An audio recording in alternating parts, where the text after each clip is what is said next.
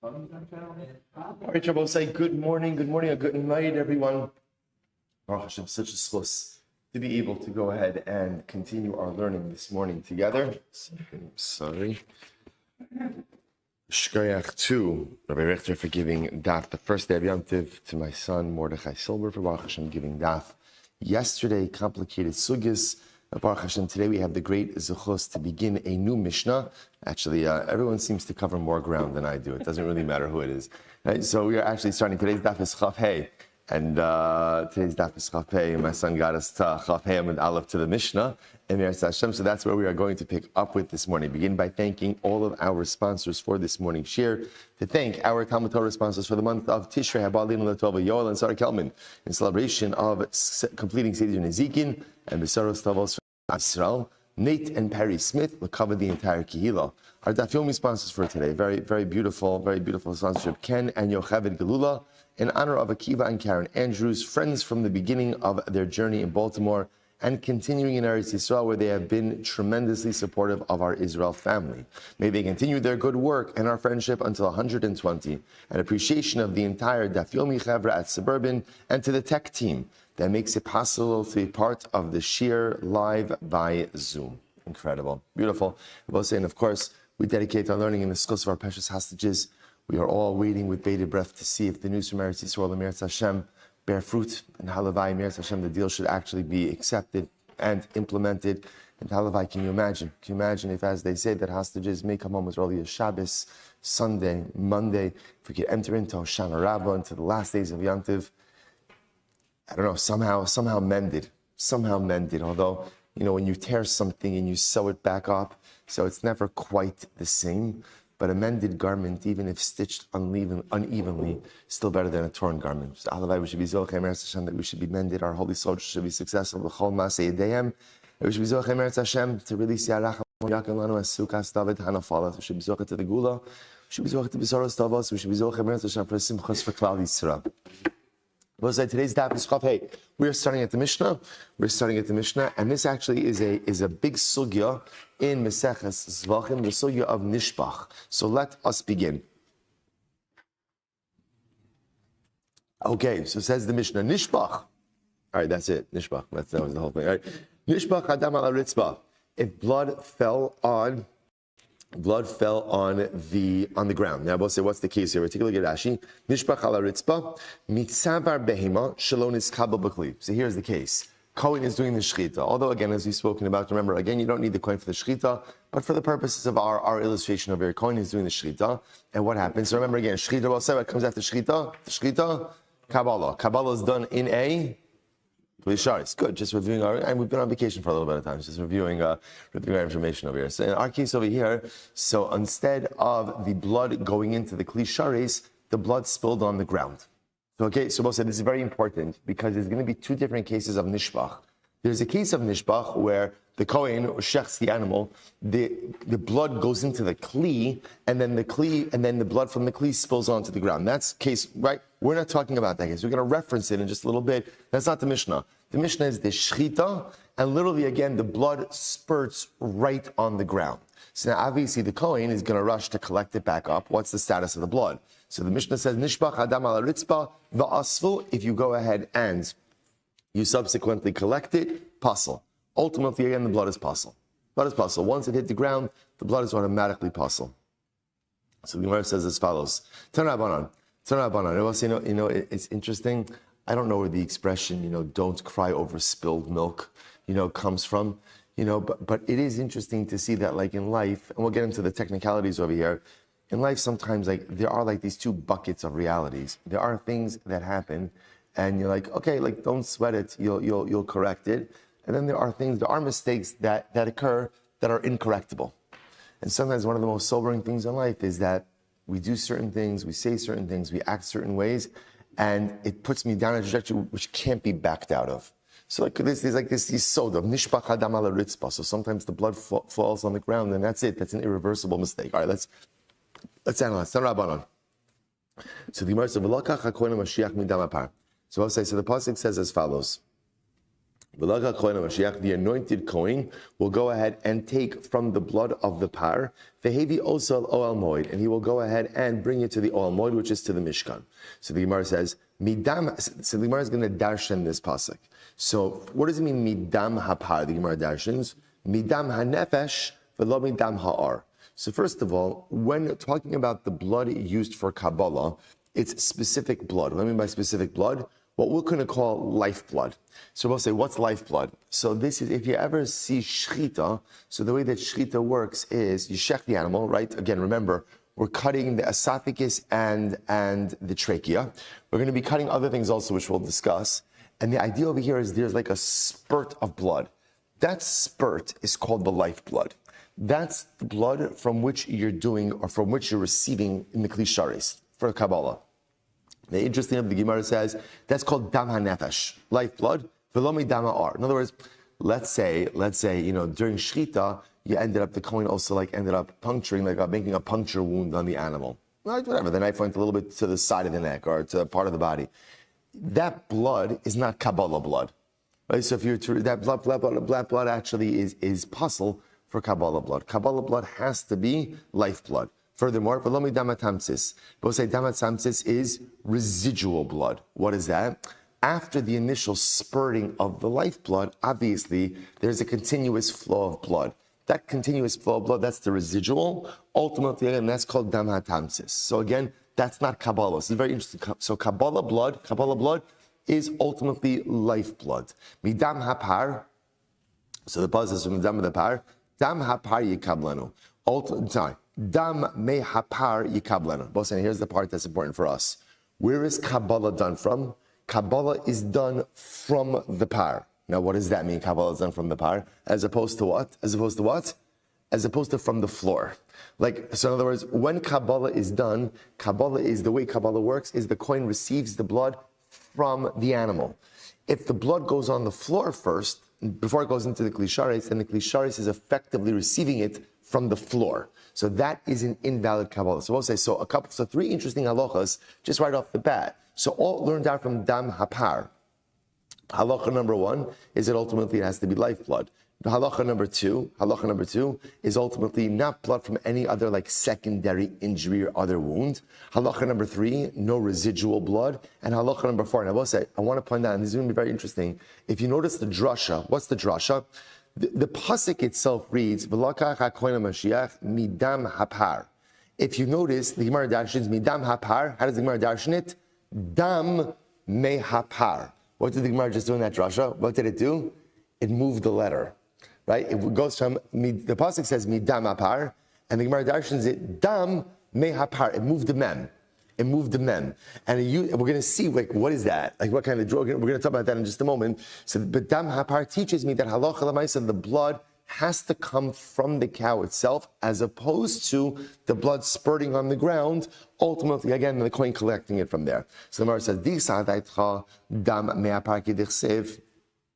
Because if you think that midam hapar just means from the blood of the par, as it's written, then the Gemara says midam v'afilu mikzas dam. Then perhaps what that means ultimately, then I would have thought midam hapar means what?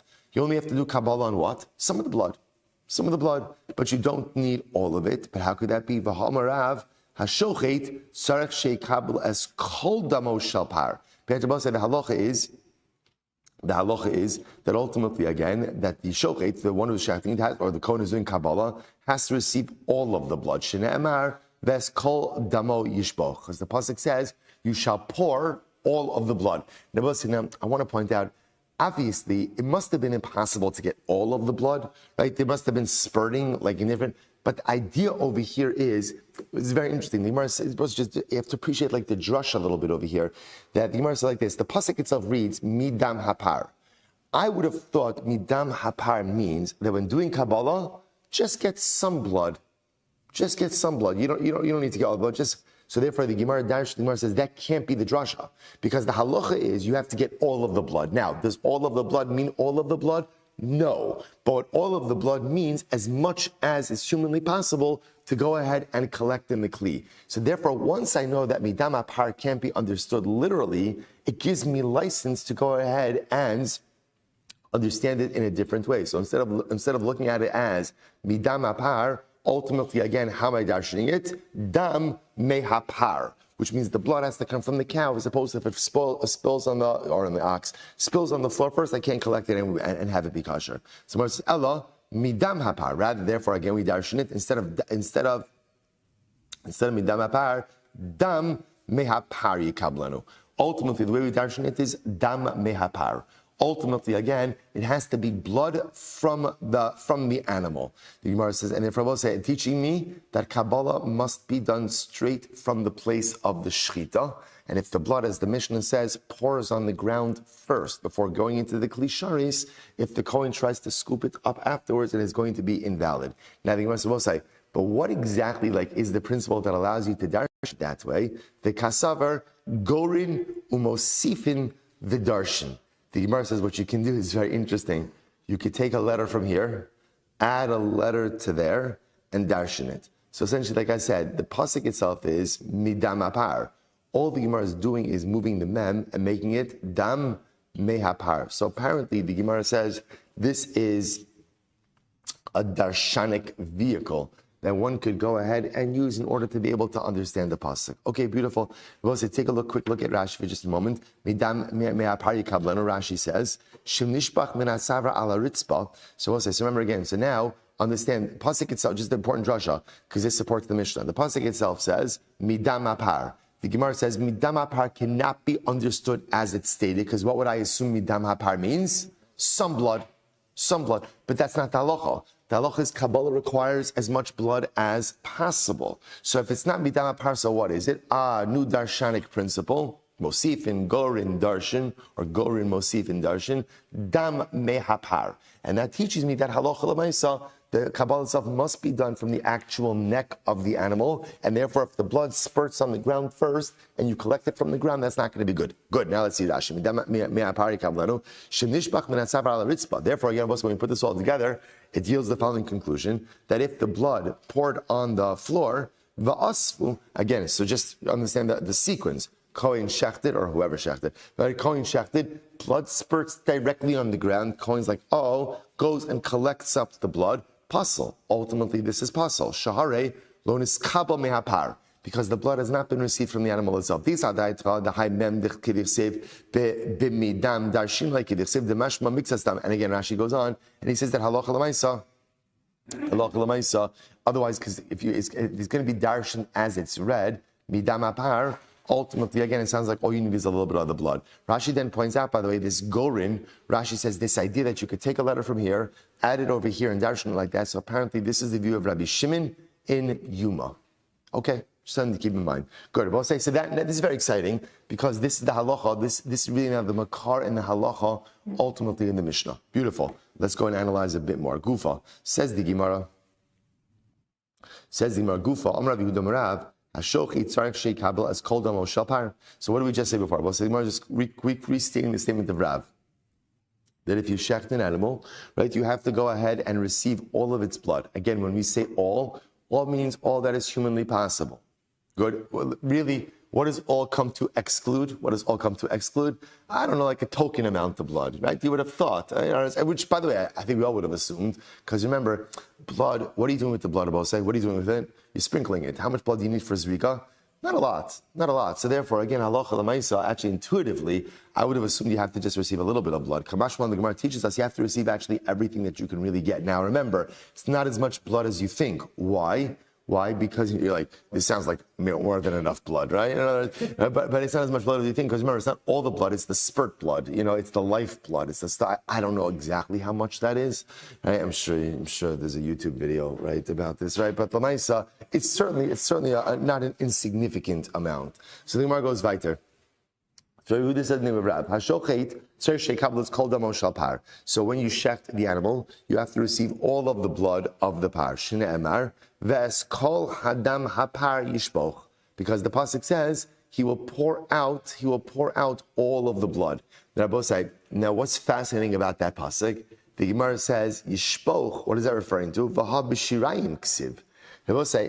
pasuk, do you know what that's referring to? That's referring to the leftover blood. The leftover blood ultimately, again, that is poured down the base. Remember, by the base, we're going to talk about this. By the base of the Mizbeach, there was a drainage system. So whatever leftover blood you have, you pour down the drainage system. So you hear what's happening over here? So the Gemara says, when you do Kabbalah, you have to go ahead and receive all of the blood. How do you know this? Because ve'es kol adam, all of the blood, you shall pour. The Gemara says, that's not written by Kabbalah. That's written, in fact, that's leftover blood. I just want to point out, how beautiful is it that, again, we have a reference, the Gemara has a reference over here to the Mizbeach on Chalamayit Sukkis, right? So much of Sukkis ultimately, again, was revolving around the Nisach HaMayim, the pouring of the water libation on the Mizbeach. Remember, again, they would circle the Mizbeach with aravas, right? Remember, we do Hoshanas today where we circle the Bima. So circling the Bima, so circling the Shulchan, is reminiscent of what was done in the Beis HaMikdash, that they would circle the Mizbeach. They wouldn't circle the Mizbeach with their lulav and esrogim, they would circle the Mizbeach with aravas. And also, how beautiful is it to have a Mizbeach reference today? Incredible. V'ha b'shirayim ksiv, but it says by Shirayim. The Gemara says, well, im eno inyan the Shirayim, the halase l'kulei dam, tneu inyan beKabbalah. So I said, this is very interesting. So the Gemara says, well, I don't need this drasha by Shirayim. Why am I saying? Because by Shirayim, one thing is for sure, which is, you do not have all of the blood. Remember again, Abba said, by the time you get to Shirayim, what do you have? Leftovers. So in other words, the lashon of ve'es kol hadam yishpoch, I don't need that statement ultimately again. I don't need that statement by Shirayim, right? Why don't I need that statement? Because at the end of the day, halacha l'maisa, there's no din of kol dam mashirayim. Shirayim is whatever is left over, I pour out. So if I don't need kol adam bashirayim, what can I use it for? Kabbalah. Beautiful. I use it for Kabbalah, and therefore it teaches me that halacha l'maisa, when I do Kabbalah, I have to receive kol hadam, all of the blood. Incredible. So I'm Rabbi Shmuel. So we'll say another halacha. Hashochet sarich sheyagbia sakin lemala. This is fascinating. When the Kohen does shchita, we'll say these are just fasting halachas. And remember, because it's shchita, this actually is a halacha that applies to all of us, right? Because even a zar could do shchita. When you do shchita, it's important to go ahead and lift the knife up after the shchita. Now look at Rashi just a moment. Sakin lamala, Rashi says, shelo yipal dam hasakin ala mizrak. Because we'll say, just to understand, right? So just to understand, how was shchita done? How was shchita done? So it's not like if you ever, okay, so what shchita was like this. By the Mizbeach, they had rings. We're going to work on getting some Beis HaMikdash images, right? By the Beis HaMikdash, they had rings. What would happen is they would put, especially with larger animals, they push it on the side. What they would do is the rings would lift up, push the animal on the side. The ring would come down on the head of the animal. This is PETA approved. Don't worry. Right? So it would come down. It would come down on the head of the animal. What would then happen over here is the coin would shecht, and you take the knife, and you would hold the klisharis, the bowl, right by the neck, which means that the knife itself is in proximity to the bowl. So now what the Gemara is introducing me to is that halacha l'maisa, you have to make sure after the shechita to lift the knife up. Why? Because we don't want the blood from the knife dripping into the bowl. Why not? This is fascinating. So the Gemara says, because we'll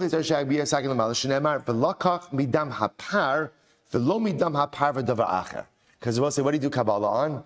It's blood from the ox, right? From the cow, right? It's not really the cow, but the ox, right? It's right. They take the blood, and not from what? Not the blood from the knife. In other words, Kabbalah is done on blood that comes from the animal, not blood that comes from any other source. So if knife blood drips into the bowl, that's called knife blood and not animal blood. And that would potentially invalidate the Kabbalah. Incredible. So Rashi says over here, the davar acher sakin gus. That's not locha. Locha dam apar v'lo midam apar v'davar acher. So the Gemara says, 1 second, it's fascinating. V'dam sakin b'may mekanei achlei. So what exactly are you cleaning the knife with?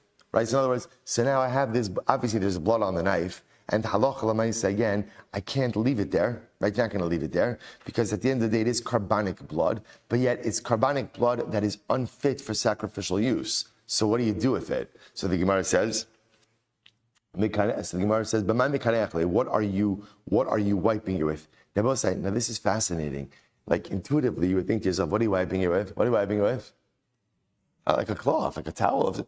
So apparently it's interesting. The Gemara doesn't even go ahead and think about that idea, because I guess the Gemara felt that would have been like disrespectful in some way, like it is sacrificial blood. So if you notice, the Gemara just totally bypasses that. So the Gemara says, what do you do with it? Interestingly enough, the Gemara bisfas mizrak.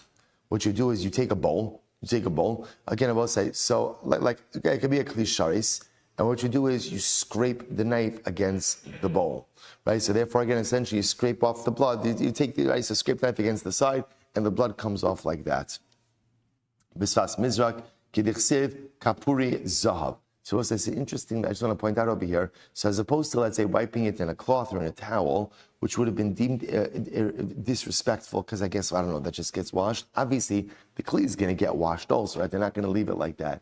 But at least like that, by definition, the blood is being put onto something a bit more respectable. So therefore, you scrape it onto the side of a kli. The Gemara quotes the pasuk, kapuri zav, pasuk from Ezra.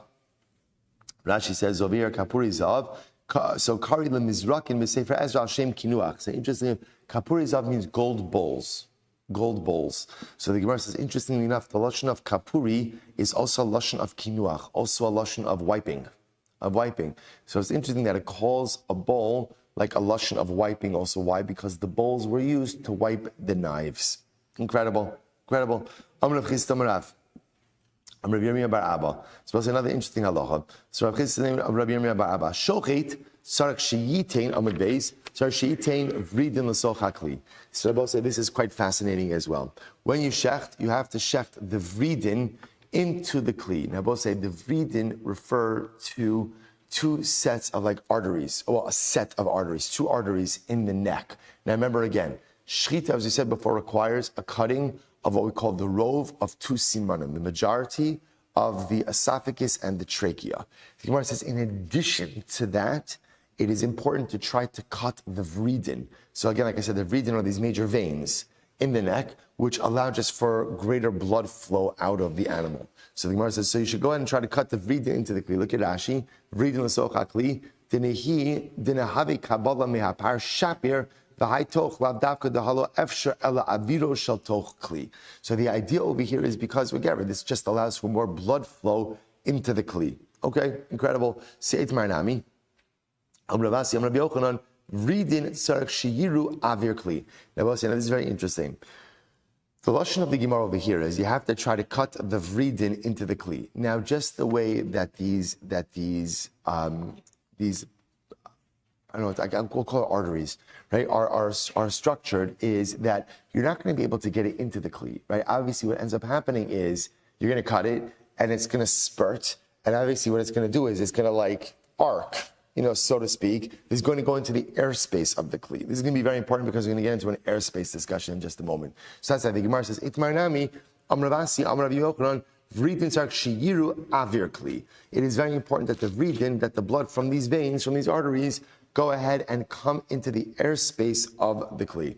Fine. So the Gemara asks over here, so we're going to talk like also airspace a little bit over here. The Gemara says, Rabbi Asi, Rabbi Yochanan. This is a very interesting shaila.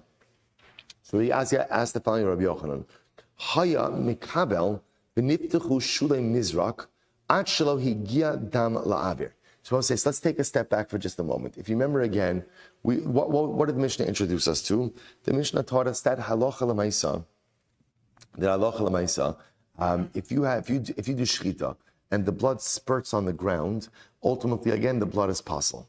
But yet, interestingly enough, the halachas, and we've seen this already referenced, that if the blood goes into the klisharis, and let's say then the blood spills out of the klisharis, the Kohen can recollect that and still utilize that, right? Essentially, if it went from the animal to the klisharis, even if there's subsequent spillage, the blood could still be salvaged. If there's shchita and it hits the ground before there's a klisharis, can't be salvaged. So the Gemara asks an interesting question. What about the following case? Imagine, right, here's a scenario. Kohen does shchita, the blood is coming into the airspace of the kli, right? All's on target, right? So remember again, because it's always like, just to point out what the Gemara is always pointing out over here is that the kli always by definition has to be held at some distance from the animal, right? Because at the end of the day, you're not holding it right up to the neck because you have to do the shechita. Remember again, I will say just intuitively, the moment you cut, what happens? What happens?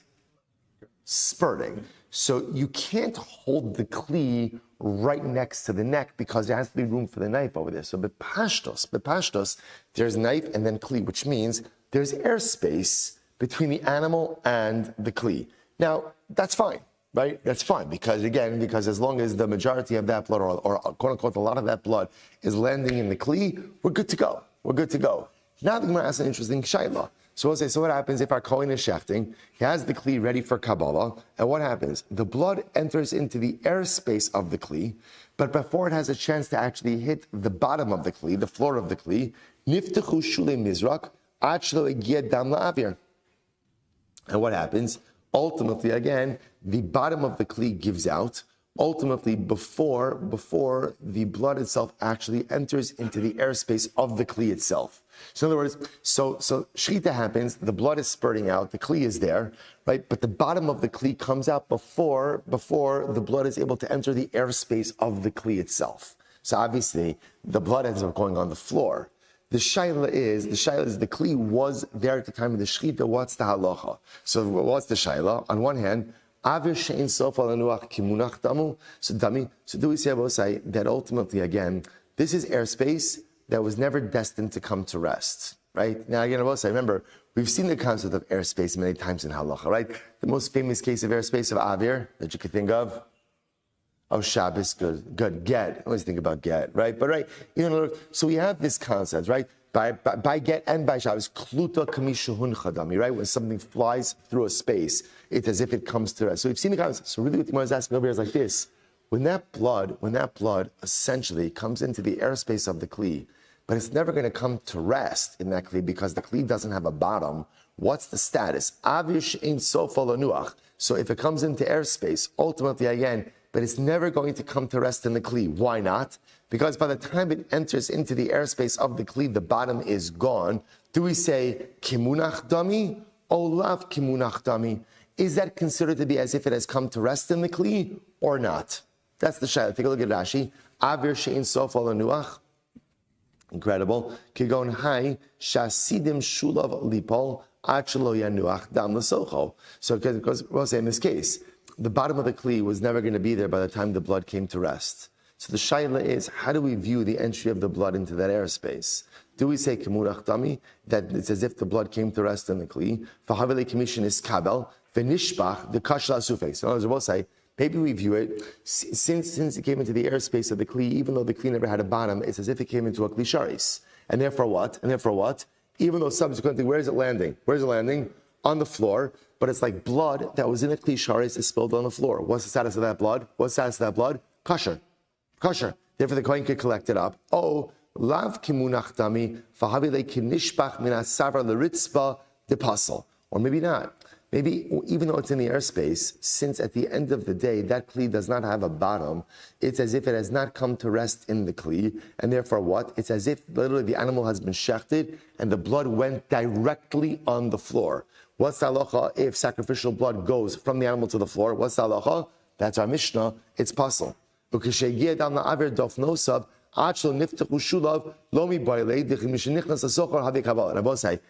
way, Rashi is very important.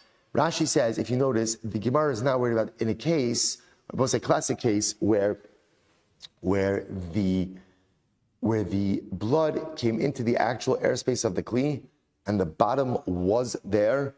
Everyone agrees that case is as if the blood came into the kli sharis itself. Let me clarify this a little bit.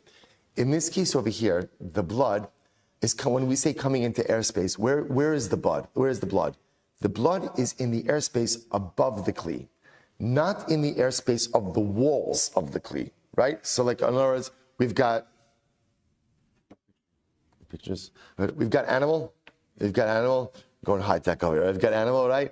Kohen is just me. Right? Kohen, right? Ultimately, again, kli sharis.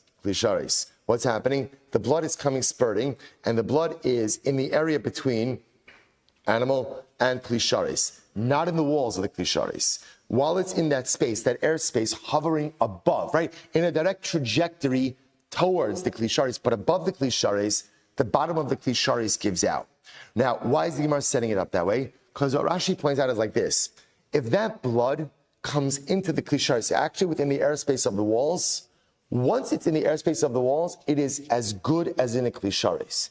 And even if before it hits the bottom, that bottom gives out, that is the equivalent of blood coming into a Kli Sharis and then spilling on the ground. And the halacha is once blood has been in a Kli Sharis, even if it subsequently spills, gather it up and use it. Our shaila here is where the blood is in the airspace above the Kli Sharis. It hasn't yet gotten into the walls. While it's in the airspace above, the floor of the Kli has given out. So the shaila is, since it's in the airspace above, how do we view that? Do we view that as if it has come to rest in the Kli Sharis, or no? No, it hasn't come, and therefore it hasn't come into the Kli Sharis. I will say, what's the nafkamina? If you view it as having come to rest in the Kli Sharis when it's in the airspace above, then good news. It's like blood that came into a Kli Sharis and subsequently spilled, which can be recollected and reused. If, on the other hand, it never came to rest in a Kli Sharis, then it's our Mishnah and it's sacrificial blood that's spurted on the ground that cannot be salvaged and reused in the future. Incredible. So that is our shaila over here. That's our shaila. So the Gemara says like this. So we'll say that's the formulation. Avir, airspace, which refers to the airspace above the Kli Sharis, she'ein sofa lanuach. When that blood is in the airspace over the Kli Sharis, right over here, that blood is never coming to rest in this Kli. Why is it never coming to rest in the Kli? Why?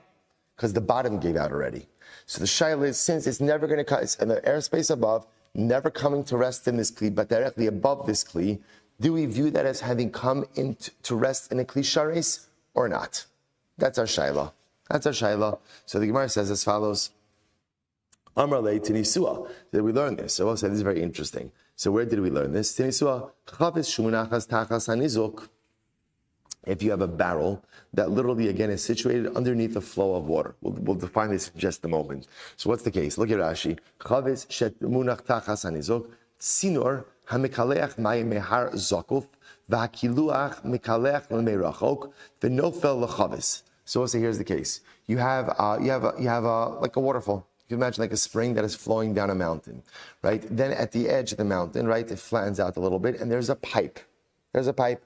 That pipe channels the water. Now Rashi points out over here, that pipe we're going to see doesn't invalidate the water. This is probably just so you understand what's the water being used for over here? Paraduma. Paraduma has to be spring water, which means that if paraduma water comes into a Kli before it is used for the paraduma process, it is invalid. So normally, if you would say if water comes into a pipe, isn't the pipe a Kli? In this case over here, the way this pipe works is like this. It's open on both sides, and it is incapable of retaining water. A Kli is only something that is capable of retaining liquid. In this case, the way that the pipe is situated is essentially it's like flat, and therefore again, or even at an angle, and really at an angle, and therefore Allah Chalamayse can't retain water inside of it. So because of that, it doesn't have the function of a Kli, and because of that, it does not invalidate the water. Okay, let's finish up the Rashi. Sino hamekalech ma'im mehar zakov v'kiluach mekalech l'meirachok v'nofel l'chavis. The chavis zu, and so what's happening? So the water is coming down the mountain, going through a pipe. Pipe is not a Kli because it can't retain the water, has no base kibble, has no receptacle, and then out of the pipe, the water falls into a barrel.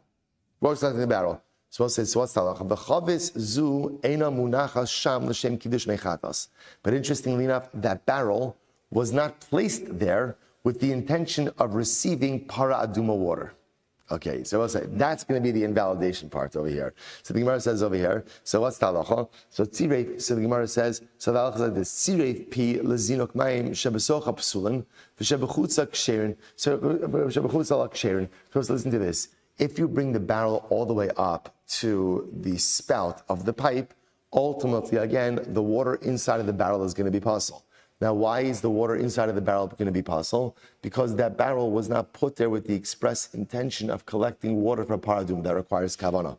V'shebechutza la kshera. But ultimately, again, outside of the barrel, ultimately, again, is going to be kosher. Now, what does that mean? Take a look at Rashi. Mayim shebesocha v'shebechutza psulin. Kolomar shelo yitain kli lo so. Oh no, sorry. That's not yet. So listen to this. So now we're listening to this case. So therefore, water that ultimately, again, if you were to move the barrel right up to the pipe, any water that collects in the barrel ultimately, again, is going to be possible. But any water outside of the barrel is going to be kosher. So Gemara says, let's analyze this. Hi, Mai. So the Gemara says, what is this? So remember, we'll say, what's our shaila? What's our shaila? Our shaila is in the case of avir shein sofal anuach, which means what? Blood in the airspace above a kli shares that is never going to come to rest in the kli shares. Apparently, you're mentioning this paraduma case because somehow that has relevance over here. The Gemara says, avir shesofal anuach. But in this case over here, the water is coming to rest, right? In the paraduma case, the water is coming to rest in the barrel. That's not our shaila. That's not our shaila. Our shaila is about sacrificial blood in the airspace above a kli sharis when it's never going to come to rest in a kli sharis. You're bringing me a case of para aduma water where the water comes to rest inside of the barrel. What does that do with each other? The Gemara says, no. Tarti kabayim. There's two shailas over here. Imtim silomar avir shein sofal anuach lav kamunach dami. If you hold that in general, airspace above the kli, where the liquid, in this case sacrificial blood, is never going to come to rest in the kli itself, is considered to be like it was never in the kli. What about avir shesofal anuach mai? Can we ask a different question for just a moment? What about airspace in general? What is the status of airspace above a kli, where let's say the liquid is going to come to rest in the kli? Do we view the liquid in the airspace above the kli as already at rest in the kli itself? To which the Gemara says, so the Gemara is kind of pivoting a little bit. The Gemara is presupposing that we're going to hold that liquid in the airspace above the kli that is never going to come to rest in the kli, because let's say the bottom of the kli is out. The Gemara is presupposing everyone's going to agree that is as if it never entered the kli. Let's take that for granted. Okay, so now let's ask a follow-up question. What if the liquid is in the airspace above the kli and is going to come to rest in the kli itself? Do we view the liquid in the airspace above the kli ultimately, again, as being at rest in the kli itself? I will say, I want to show you what this means. So just so you appreciate this, right? Let's go back to our paraduma case. We'll stop in just a moment. But let's go back to our paraduma case for just a second, right? What's happening in the paraduma case? The water is flowing out. Why is the water in the paraduma case? Why is it invalid? Why is it invalid? Why is it invalid? Because the kli was not placed there with intentionality, right? Now watch this. What happens if I were to take another kli that I have kavanah for para aduma, and I were to put it in the trajectory of the flow above the lower kli? Would that work or not? Could I collect paraduma water like that? So what does it depend on?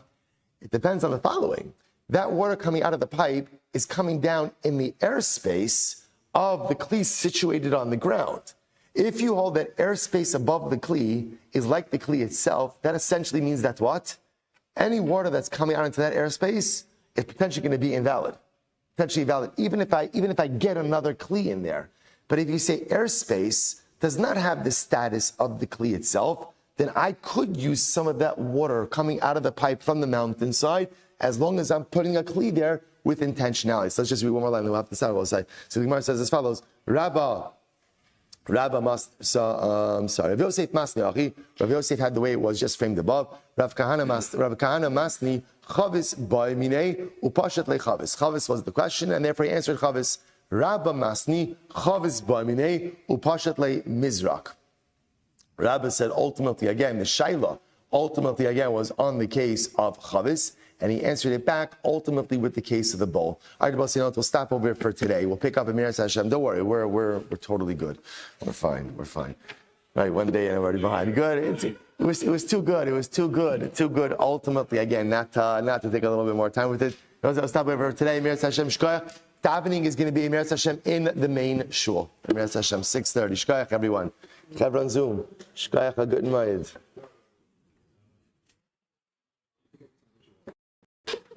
I'm gonna work on that.